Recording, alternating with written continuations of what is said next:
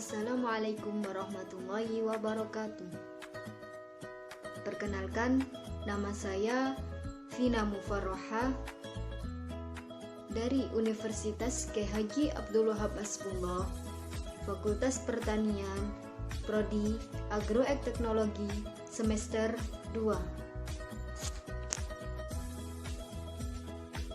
Di sini saya akan menjelaskan tugas dari mata kuliah dasar-dasar budidaya tanaman yang diampu oleh Ibu dosen Ibu Insinyur Arifah Rosnani MS. Dari tugas tersebut saya mengambil tema tanaman pokcai sistem hidroponik yang sudah saya buat menjadi PowerPoint dari makalah yang sudah saya kirimkan. Mari kita simak video penjelasannya.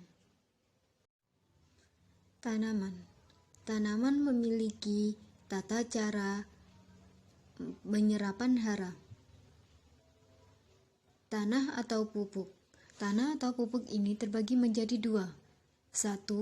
Anorganik. 2. Organik. Anorganik turun menjadi hara terurai, dan organik turun menjadi humus, lalu turun lagi menjadi hara terurai. Dari hara terurai tersebut lalu turun menjadi larutan hara, lalu turun lagi menjadi kontak dengan akar. Lanjut ke sisi sebelahnya, hidroponik atau AB mix, larutan dengan air atau larutan nutrisi. Kontak dengan akar turun menjadi penyerapan hara. Apa yang Anda ketahui tentang sistem hidroponik? Mari kita simak video berikutnya. Hidroponik berasal dari kata Yunani hidro, yang berarti air, ponos, yang artinya daya atau kerja. Jadi, sistem hidroponik adalah budidaya menanam dengan memanfaatkan air tanpa menggunakan tanah, dengan menekankan pada pemenuhan kebutuhan nutrisi bagi tanaman. Jadi tanaman itu tidak memerlukan tanah, akan tetapi membutuhkan air dan nutrisi. Syarat-syarat penting berhidroponik. 1. Kebutuhan cahaya. 2. Kualitas air. 3. Kebutuhan udara atau oksigen. 4. Kebutuhan mineral atau yang disebut nutrisi hidroponik. 5. Suhu. 6. pH.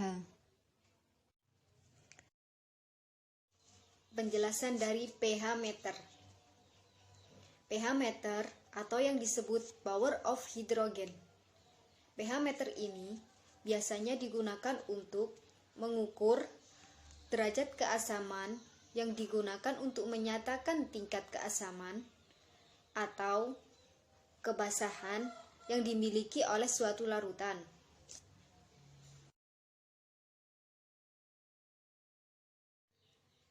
Macam-macam sistem hidroponik. Seperti yang sudah dijelaskan oleh Ibu Arifah, di sini saya akan mengupas sedikit macam-macam sistem hidroponik. 1. Sistem wit atau sumbu. Sistem yang paling sederhana disebut juga sistem pasif, dengan kondisi air menggenang, yang berarti tidak ada bagian yang bergerak.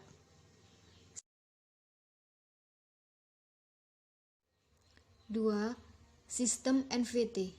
Prinsip dari sistem ini adalah tanaman tumbuh pada lapisan nutrisi yang dangkal dan tersirkulasi sehingga tanaman dapat memperoleh cukup air, nutrisi, dan oksigen. Seperti contoh pada gambar tersebut.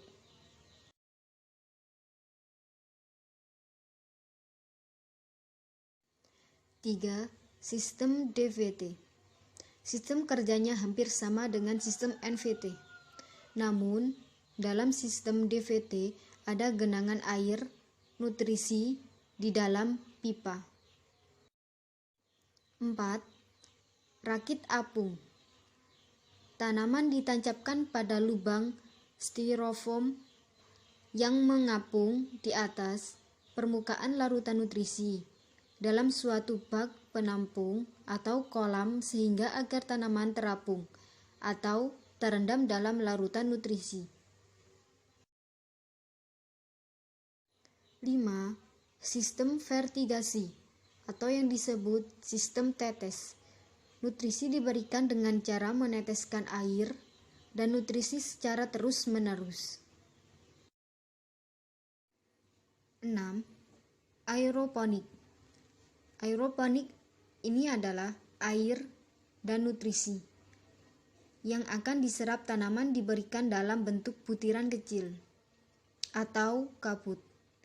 Pengkaputan ini berasal dari pompa dari bak penampungan yang disemprotkan menggunakan nozzle sehingga nutrisi yang diberikan akan lebih cepat terserap akar tanaman. 7. Aquaponik. Sistem pertanian berkelanjutan yang mengkombinasikan aquakultur dan hidroponik dalam lingkungan yang bersifat simbiotik.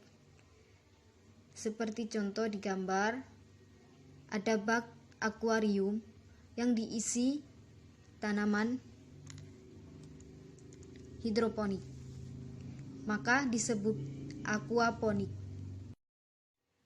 Media tanam anorganik memiliki 6 macam. 1. Rockwool. 2. Hydroton. 3. Perlite. 4. Zeolite.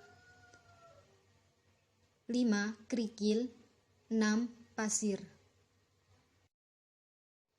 Peralatan-peralatan untuk berhidroponik. 1. TDS meter. 2. pH meter. 3. Gelas ukur. 4. Kain flanel. 5. Netpot. TDS meter. TDS meter berfungsi untuk mengukur partikel kepadatan terlarut di dalam air minum yang tidak nampak oleh mata. Itu yang disebut dengan TDS meter.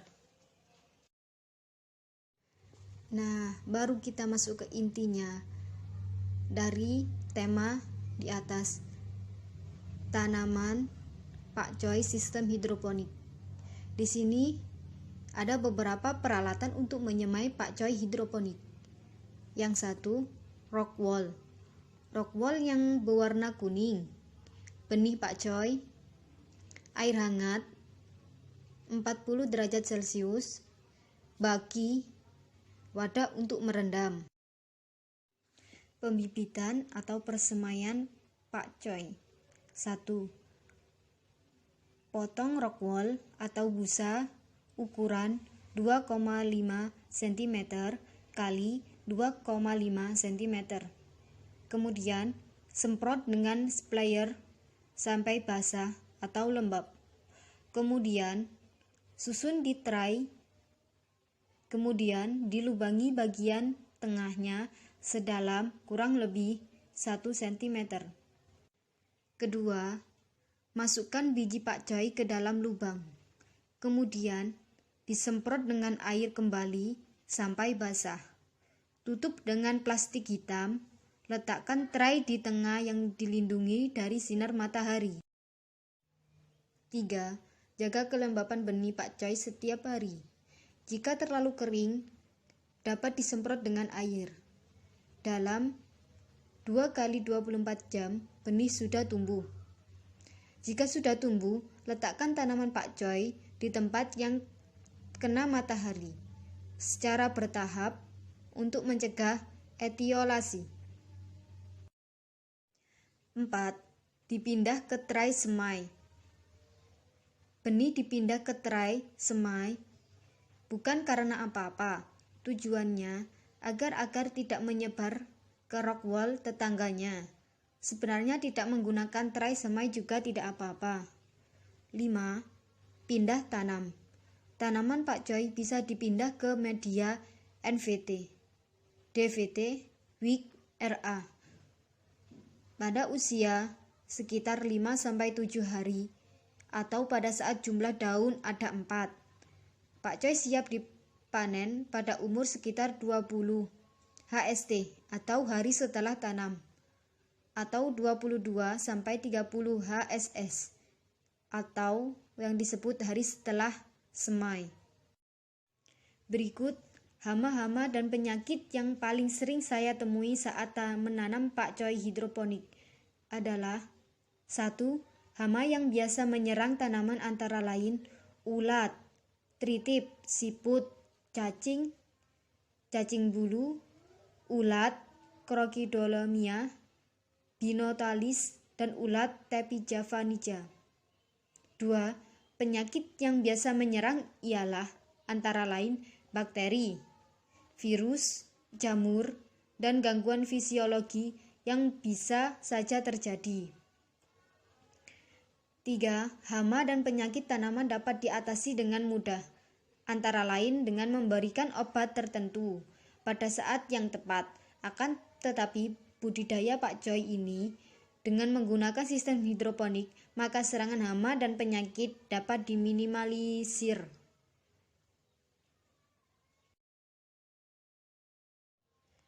Nah, ini yang kita tunggu-tunggu, panen pakcoy sistem hidroponik.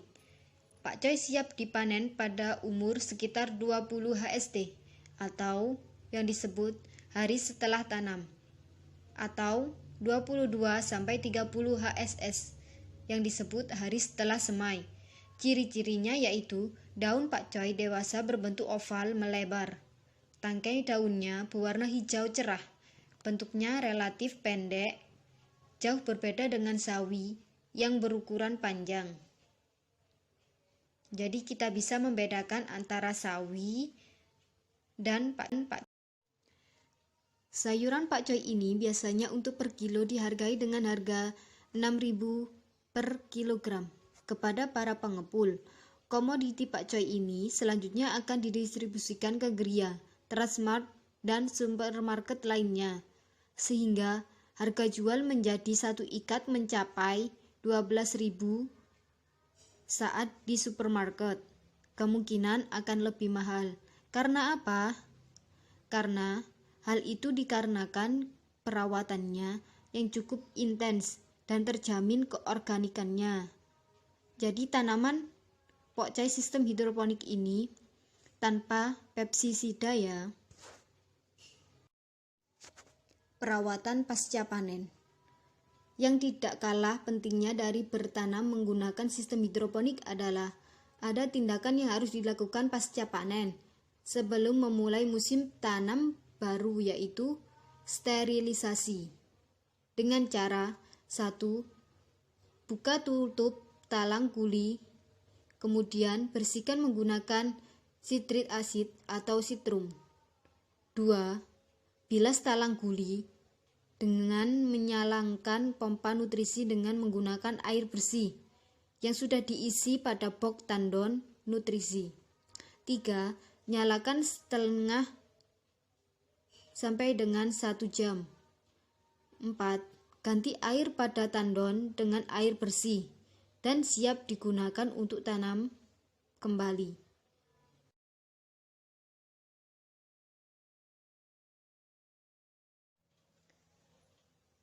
Cukup sekian presentasi dari saya.